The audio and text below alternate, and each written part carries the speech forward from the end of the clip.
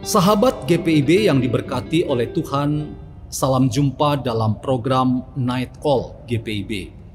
Dengan saya Pendeta John Christian Simon yang ditempatkan oleh Majelis Sinode GPIB sebagai dosen tetap di Sekolah Tinggi Filsafat Teologia di Indonesia Timur di Makassar.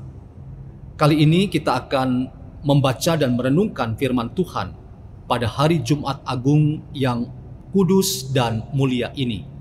Sebelum kita merenungkan firman Tuhan, mari kita berdoa memohon tuntunan Roh Kudus. Kita berdoa. Terpujilah nama Tuhan, oleh karena kasih dan sayang-Mu kami boleh hidup hingga saat ini. Itu karena Engkau baik bagi kami dan bagi perjalanan iman percaya kami dan gereja-Mu. Pada kesempatan ini kami rindu untuk Tuhan berbicara kepada kami. Karena itu urapilah kami dengan Roh Kudus Tuhan, agar kami yang beriman sederhana ini dapat memahami keagungan misteri keselamatan Tuhan melalui peristiwa kematian Tuhan Yesus Kristus. Bersabdalah Tuhan, umat-Mu siap untuk mendengar. Di dalam nama Tuhan Yesus Kristus, firman yang hidup, kami bermohon. Amin. Sahabat-sahabat GPIB, pembacaan firman Tuhan untuk kita pada hari Jumat Agung ini terambil dari Injil Markus pasal yang ke-15 ayat yang ke-33 sampai 41. Demikian firman Tuhan. Pada jam 12, kegelapan meliputi seluruh negeri itu dan berlangsung sampai jam 3. Pada jam 3 berserulah Yesus dengan suara nyaring, Eloi, Eloi, lama sabatani, yang berarti Allahku, Allahku, mengapa engkau meninggalkan aku? Mendengar itu, beberapa orang yang berdiri di situ berkata, lihat, ia memanggil Elia. Bergegaslah seseorang mencelupkan bunga karang ke dalam anggur asam, lalu melilitkannya pada sebatang bulu dan memberi Yesus minum, serta berkata, baiklah kita tunggu dan lihat apakah Elia datang untuk menurunkan dia. Yesus berseru dengan suara nyaring dan mengembuskan nafas terakhir. Terkoyaklah tabir bait suci menjadi dua dari atas sampai ke bawah. Ketika kepala pasukan yang berdiri berhadapan dengannya melihat dia mengembuskan napas terakhir itu, berkatalah ia, sungguh orang ini anak Allah. Ada juga perempuan-perempuan yang melihat dari jauh, di antaranya Maria Magdalena, Maria ibu Yakobus muda, dan Yoses serta Salome. Mereka telah mengikuti Yesus dan melayaninya waktu ia di Galilea. Ada juga di situ banyak perempuan lain yang telah datang ke Yerusalem bersama Yesus. Demikian pembacaan firman Tuhan. Terpujilah Kristus untuk hidup dan hidup kita di hari ini. Sahabat-sahabat GPIB, setiap kita merayakan hari Jumat Agung sebagai perenungan tentang kematian yang Yesus alami, maka kita semua sebagai pribadi, keluarga, dan gereja dipanggil untuk masuk ke dalam misteri keselamatan Allah yang telah menyelamatkan Bapak, Ibu, Saudara saya, dan gereja Tuhan sampai hari ini. Apa yang kita rasakan ketika kita merayakan Jumat Agung?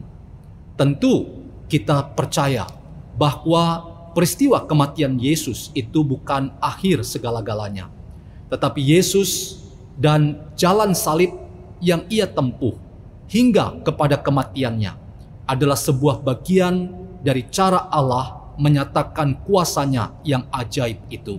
Dan pada hari yang ketiga nanti, janji Tuhan digenapi bahwa Yesus yang mati itu akan bangkit dari antara orang mati.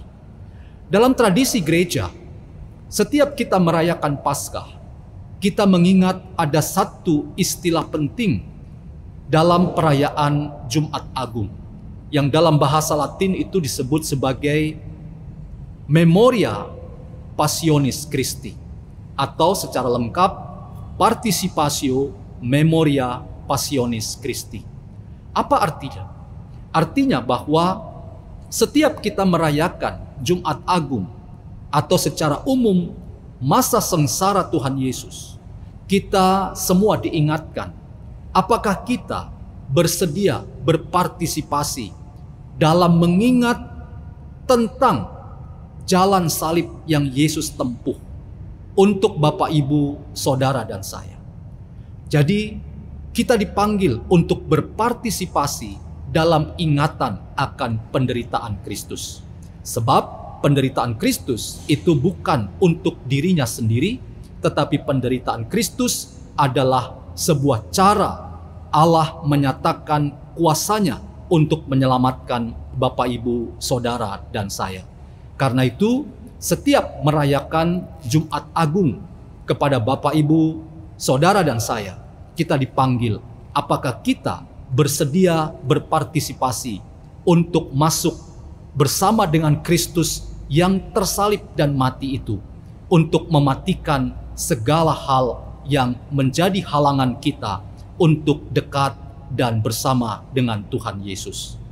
Pertanyaannya, Bapak, Ibu, Saudara yang menjadi sahabat GPIB, apakah yang menjadi halangan sehingga kita harus mematikan banyak hal yang menjadi hambatan untuk kita hidup dekat dan membangun relasi intim dengan Tuhan? Ada banyak, antara lain pikiran kita yang tidak mencerminkan pikiran Kristus, perkataan kita yang tidak menunjukkan perkataan Kristus, termasuk juga ketika kita memeriksa seluruh tindakan kita, perilaku kita, perbuatan kita, semuanya itu seringkali dan banyak kali adalah bagian dari tindakan-tindakan yang tidak mendatangkan damai sejahtera, baik terhadap relasi kita dengan Tuhan maupun bagaimana kita membangun relasi dengan sesama kita. Karena itu, kata-kata yang tadi diucapkan oleh seorang prajurit yang sedang menunggu Yesus yang digantung di salib itu, yang berkata bahwa ia memanggil Elia, dan karena itu dikatakan sungguh orang itu anak Allah. Ini adalah kesaksian yang memberikan sebuah informasi berharga kepada kita. Apakah salah satu partisipasi kita dalam rangka menyambut Kristus yang sengsara mati bagi kita semua? Caranya adalah menyatakan bahwa Yesus itu adalah anak Allah. Kesaksian tentang Yesus adalah anak Allah itu berarti ia punya relasi yang intim dengan Bapa sebagai yang mempunyai misi untuk keselamatan kita semua. Yesus telah menunjukkan bahwa ia melaksanakan tugasnya dengan setia. Bahkan tugas melaksanakan misi Bapa itu dilakukan dengan sempurna adanya, bahkan sampai menyerahkan dirinya, nyawanya untuk menebus dosa manusia dan dunia ini. Itulah partisipasi Kristus dalam misi Bapa untuk berkarya menyelamatkan semua ciptaan. Kepada kita pun hal yang sama dipertanyakan. Apa bentuk partisipasi kita dalam menyambut ajakan Yesus untuk serta dalam panggilan ikut merasakan penderitaan Kristus? Caranya seperti yang dikatakan oleh firman Tuhan. Maukah kita, rindukah kita juga mengaku yang sama bahwa Yesus Kristus adalah anak Allah? Dengan cara mari kita membangun hidup kita itu sebagai hidup yang punya relasi intim dengan Tuhan, sehingga bentuk partisipasi kita nyata pada penderitaan Kristus yang telah mati untuk kita. Itu berarti kita mematikan pikiran kita, mematikan perkataan kita, mematikan perbuatan kita yang tidak memuliakan Tuhan. Karena banyak hal dari semua ekspresi hidup kita bukan mendatangkan kebaikan, tetapi justru membuat Tuhan kecewa dan berduka cita. Karena itu ajakan ketika kita merayakan Paskah nantinya itu adalah ajakan setelah kita mematikan semua cara hidup lama kita dan kita mau bangkit bersama dengan Kristus yang bangkit bersama dengan kita setelah kita mematikan pikiran, perkataan, perbuatan sebagai gambaran manusia lama, dan semua kita menjadi manusia baru nanti ketika Kristus bangkit sebagai wujud cinta kasih yang Allah ingin nyatakan bagi kita semua. Itulah firman Tuhan yang kita renungkan pada kesempatan merayakan Jumat Agung ini. Kiranya komitmen besar kita semua adalah mematikan hidup lama kita dan memunculkan hidup baru dalam pimpinan dan penyertaan Tuhan. Tuhan memberkati sabdanya di antara kita. Amin. Mari kita berdoa. Terpujilah namamu ya Tuhan, oleh karena kasih-Mu itu membuat kami tahu bahwa pengorbananmu sungguh ajaib, sehingga menyelamatkan kami sebagai orang-orang yang harusnya binasa karena pelanggaran dan dosa kami.